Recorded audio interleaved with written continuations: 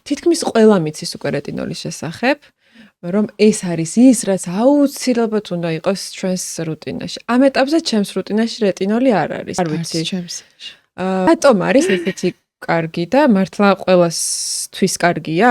რეტინოლი და რეტინოიდების ჯგუფი ეს არის ვიტამინ A-სგან მიღებული ინგრედიენტი, რომელიც მართლა ძალიან კარგია კანისთვის და ბევრი სასარგებლო თვისება აქვს. ყველა ტიპის კანისთვის? ყველა ტიპის კანისთვის არა. როცა არის მშრალი ტიპის კანი და მგრძნობიარე ტიპის კანი, რეტინოლს აქვს თავის გვერდითი ეფექტები. რეტინოლს ვეპარებით.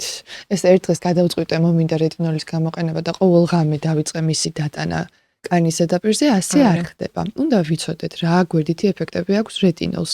იწვევს კანის ზედაპირის სიცითლეს, გაღიზიანებას, ზოგჯერ მცირე გამონაყარს, იმიტომ რომ დამატენიანებელი საცხისგან განსხვავებით, რომელსაც კანის ზედაპირზე როცა წავისვოთ, ჩადის კანის შრეში და იქ რჩება, რეტინოლის წასმის შედეგად მისი მოქმედების მექანიზმი არის ქვემოდან ზემოთ, იმიტომ რომ კანს ჩადის ქვემოთ და თუ კი რამე ცხიმი, ანუ ჩვენი კანისთვის არასასურველი რაღაც იმალება კანის ქვემოთ, ის ამოდის ზემოთ.